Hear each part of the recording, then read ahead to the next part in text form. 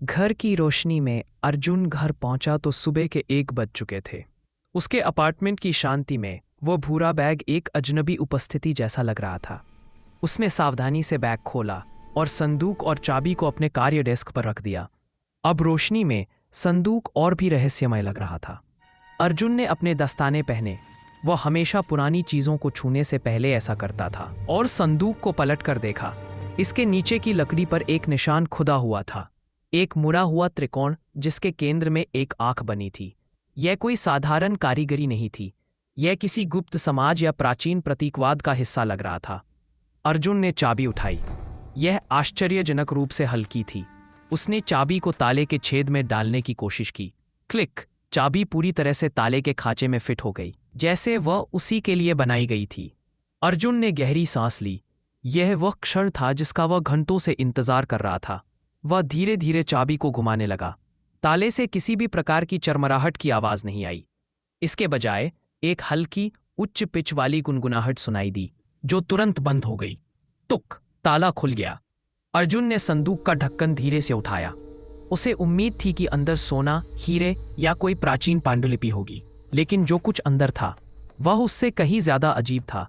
अंदर कोई बहुमूल्य वस्तु नहीं थी। संदूक के अंदर का हिस्सा मखमली कपड़े से अस्त्रित था और उस मखमली बिस्तर पर केवल 3 चीजें रखी थी। एक छोटा मुड़ा हुआ नक्शा, यह चमड़े जैसा लग रहा था और इस पर स्याही से कुछ अपरिचित ज्यामितीय पैटर्न बने थे। नक्शा पीला और भंगुर था और एक किनारे पर खून या जंग जैसा कुछ सूखा हुआ लगा था। एक धातु का सिक्का, यह सोने या चांदी का नहीं था, बल्कि एक गहरे भूरे रंग की धातु का था, जिसे अर्जुन पहचान नहीं पाया।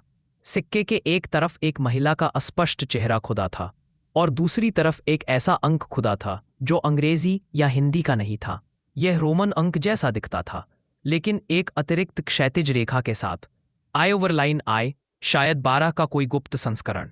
एक मुड़ी हुई पर्ची, यह एक बहुत ही पतला और पारदर्शी कागज था। अर्जुन ने उसे सावधानी से उठाया और खोला। उस पर हैंडराइटिंग में फीकी स्याही से केवल एक ही शब्द लिखा था, देखो, बस, और कुछ नहीं। अर्जुन निराश नहीं हुआ। इसके बजाय उसकी उत्तेजना कई गुना बढ़ गई। एक साधारण खजाना उसे केवल अमीर बनाता, लेकिन ये 3 चीजें, नक्शा, सिक्का और देखो शब्द, उसे एक रहस्य की ओर संकेत कर रही थी। उसने पहले नक्शा उठाया। जैसे ही उसने इसे छुआ, कमरे की बिजली एक पल के लिए झिलमिलाई और फिर सामान्य हो गई। यह बस एक संयोग हो सकता था। नक्शे को खोलकर अर्जुन ने देखा कि यह किसी शहर का नहीं, बल्कि किसी अज्ञात स्थान या शायद किसी कल्पना की जगह का नक्शा था। उस पर एक जगह को एक छोटे, हाथ से बने एक्स से चिह्नित किया गया था और उसके नीचे बहुत छोटी हैंडराइटिंग में एक शब्द लिखा था, प्रारंभ। सिक्का और भी अजीब था। जब अर्जुन ने इसे अपनी उंगलियों के बीच घुमाया तो उसे लगा कि वह धातु सामान्य से अधिक ठंडी है। धातु में हल्की सी खरोंचें थीं, जैसे किसी नुकीली चीज से बनाई गई हो। देखो शब्द वाली पर्ची ने सबसे ज्यादा उसे भ्रमित किया। देखो क्या? क्या देखना था? नक्शा, सिक्का या कुछ और? अर्जुन ने वापस संदूक के अंदर देखा। ढक्कन के अंदरूनी हिस्से पर उसने गौर किया कि हल्के से खुदे हुए अक्षरों में कुछ लिखा था, जो शायद संदूक के असली मालिक ने लिखा होगा। उसने अपनी टॉर्च जलाई और ध्यान से पढ़ा। सत्य एक संदूक नहीं है, सत्य वह रास्ता है जो संदूक खुलवाता है। तुम जहां प्रारंभ देखते हो, वहां अंतिम छोर छिपा है। हर खोल, हर पर्ची, हर टुकड़ा अगले कदम का सूत्र है। आगे बढ़ो या हमेशा के लिए भूल जाओ। अर्जुन ने अपने दस्ताने उतारे और अपने माथे पर हाथ फेरा। यह केवल एक संग्रहणीय वस्तु नहीं थी, यह एक पहेली थी, एक जाल, या शायद एक निमंत्रण।